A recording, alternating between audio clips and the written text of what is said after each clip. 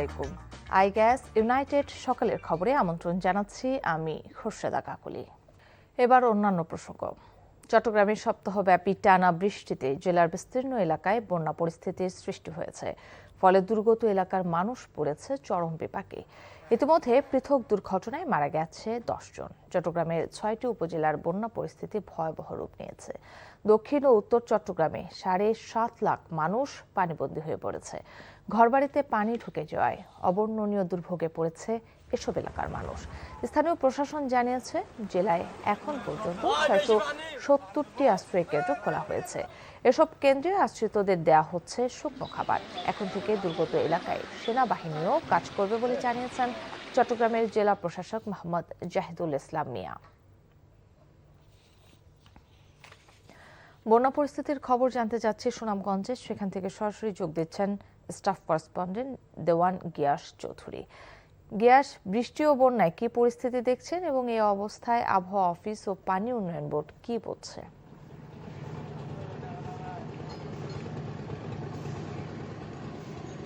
কাকলি, সুনামগঞ্জে গত 3 দিন ধরে বন্যার একটা সম্ভাবনা ছিল এবং পানি উন্নয়ন বোর্ড, আবহাওয়া অধিদপ্তর ওনারাও আমাদেরকে জানিয়েছে বন্যার একটা সম্ভাবনা আছে। 2-3 দিন ধরে একটা গোমটে ভাব আছে সুনামগঞ্জে যে বন্যা হবে হচ্ছে এরকম একটা অবস্থা। তবে আপনি জানেন যে সুনামগঞ্জ একটা বন্যা প্রবণ এলাকা এবং প্রায় প্রতি বছরই বন্যার কবলে সুনামগঞ্জের মানুষ পড়ে। তো এরকম একটা খবরে সুনামগঞ্জের মানুষ উৎকণ্ঠায়, আতঙ্কে এবং দিন কাটাচ্ছেন। তারা যেটা বলছেন যে যেহেতু বন্যায় যান মাল এবং জিনিসপত্র নিয়ে মানুষের দুর্ভোগের শেষ থাকে না, সেই জন্যে মানুষজন একটা উৎকণ্ঠার মধ্যে আছেন, কখন বন্যা আসবে, কীভাবে আসবে, এইটা নিয়ে সারাক্ষণ জানার চেষ্টা করছেন।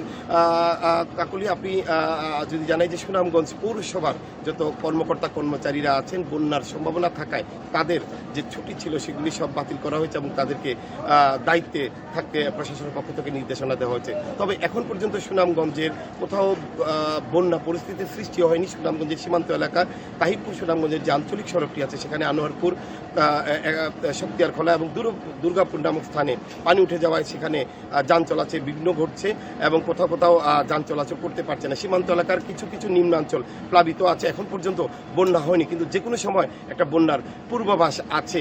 আপনারা জানেন সুনামগঞ্জের যে ষোলগড় পয়েন্ট দিয়ে সকাল 9টায় সুরমা নদীর পানি বিপদ সীমার 7.24 সেন্টিমিটার উপর দিয়ে প্রবাহিত হচ্ছে, এখনও 20 সেন্টিমিটার নিচে আছে। কাকলি, আর যদি বৃষ্টিপাত হয় বন্যা হবে, যদি বৃষ্টিপাত না হয় তাহলে সুনামগঞ্জের মানুষ বন্যা থেকে মুক্তি পাবে। এই ছিল আমার কাছে। দর্শক, জানছিলাম বন্যা পরিস্থিতির খবর। চাঁদপুরের মতলবে ধোনাগোদা নদীর ওপর নির্মিত মতলব সেতুর উত্তর সংযোগ সড়কে আবারও ধস দেখা দিয়েছে। টানা বর্ষণে সড়কের একাংশ দেবে গিয়ে বড় ধরনের সুড়ঙ্গের সৃষ্টি হওয়ায় এলাকাবাসী ও চালকদের মধ্যে আতঙ্ক বিরাজ করছে। বৃহস্পতিবার থেকে চলমান বৃষ্টিপাতের কারণে শুক্রবার সকালে হঠাৎ ধসে পড়ে মতলব সেতুর সংযোগ সড়ক। সেতুর উত্তর পাশের 22পুর এলাকায় সংযোগ সড়কের নিচের মাটি সরে গিয়ে বড় আকারের সুড়ঙ্গ তৈরি হয়েছে। এতে সড়কটি অত্যন্ত ঝুঁকিপূর্ণ হয়ে পড়েছে। এ সড়ক দিয়ে চাঁদপুর, নোয়াখালী, লক্ষ্মীপুর সহ প্রতিদিন আশপাশের বিভিন্ন জেলার হাজার হাজার মানুষ এবং বিভিন্ন ধরনের যানবাহন চলাচল করে।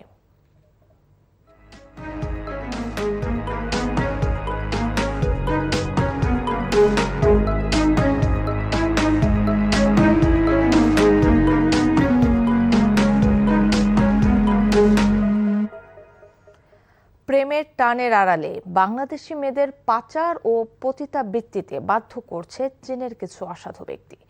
এই চক্রটি চীনের ডেটিং সাইটে প্রকাশ্যে বিজ্ঞাপন দিয়ে বাংলাদেশি নারীদের ফাঁদে ফেলছে। ভ্রমণ ভিসায় এসে প্রত্যন্ত অঞ্চলের নারীদের প্রলুব্ধ করে বিয়ের আড়ালে চীনে নিয়ে তাদের বিক্রি করে দেয় প্রতারকরা। তারপর অন্ধকার গলিতে মানবেতর জীবন পার করতে হয় বাংলাদেশি সহজ সরল নারীদের। কেমন করে চাকচিক্যময় জীবনের হাতছানিতে ভুলের চোরা গলিতে আটকে যায় নারীরা?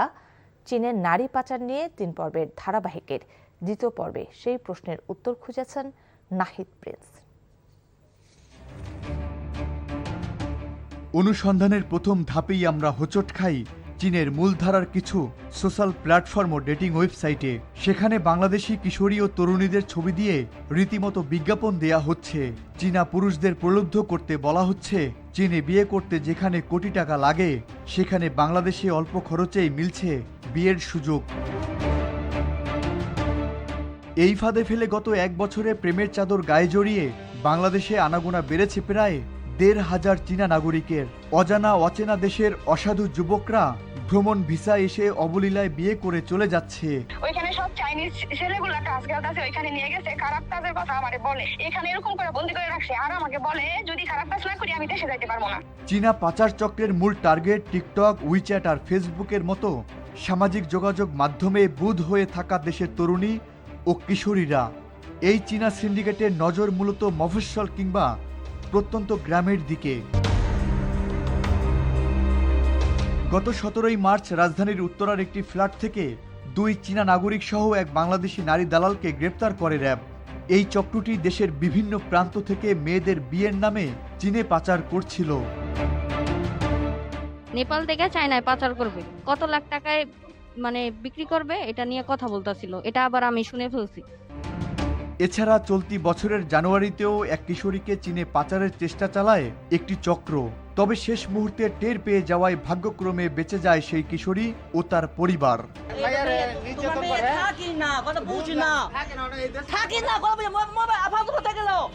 কেবল সমতলের দারিদ্র্যপীড়িত অঞ্চলই নয়, 2024 সালের বিভিন্ন গণমাধ্যমে প্রকাশিত সংবাদ বিশ্লেষণ করে দেখা যায় খাগড়াছড়ি, বান্দরবন ও রাঙামাটি এলাকার শতাধিক পাহাড়ি মেয়েকে টার্গেট করে পাচার করা হয় চীনে।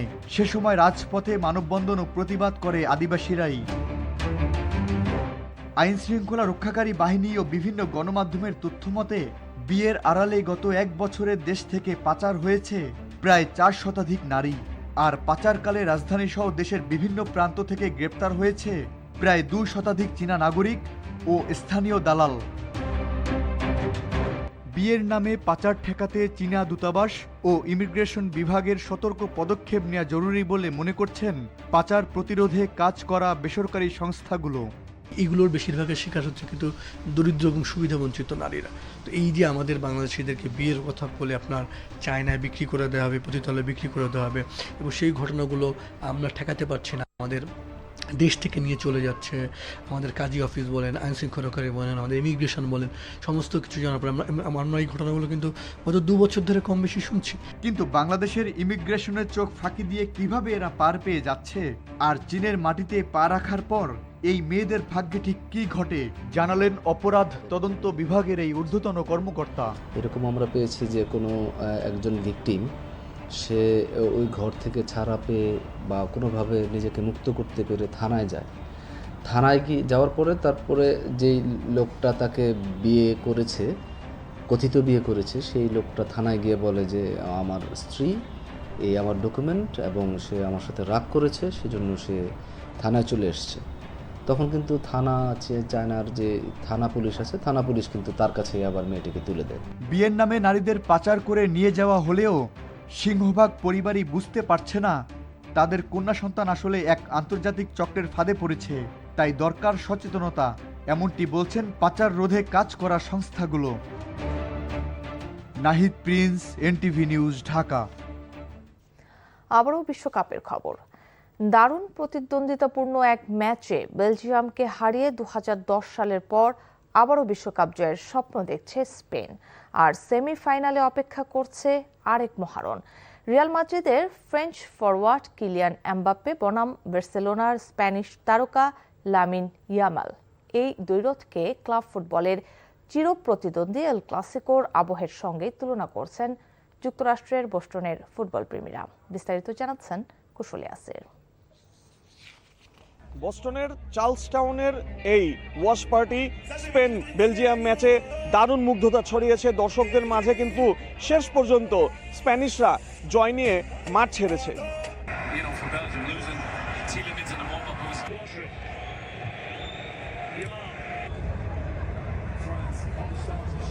I enjoyed the match a lot. It was a very, very, very awesome event, and especially because Spain won at the end. Viva España, Viva España, viva España.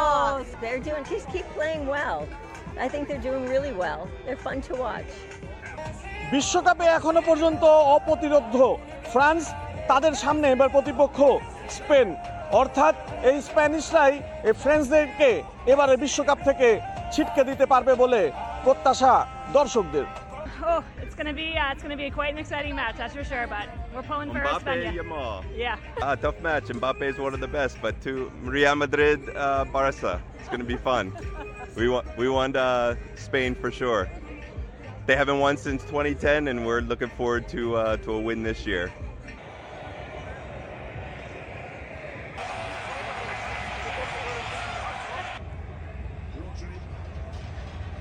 Lamine Yamal for sure. It's crazy his talent. And he reminds me of my brother, so খুব সুন্দর হয়েছে, পরবর্তী ফ্রান্সের সাথে আরো সুন্দর খেলবে আশা করতেছি। স্প্যানিশ লা লিগায় রিয়াল মাদ্রিদ ও বার্সেলোনার মধ্যে যে হাড্ডাহাড্ডি প্রতিদ্বন্দ্বিতা হয়, তেমনই এক প্রতিদ্বন্দ্বিতা হতে চলেছে লামিনে ইয়ামাল ও এমবাপের মধ্যে।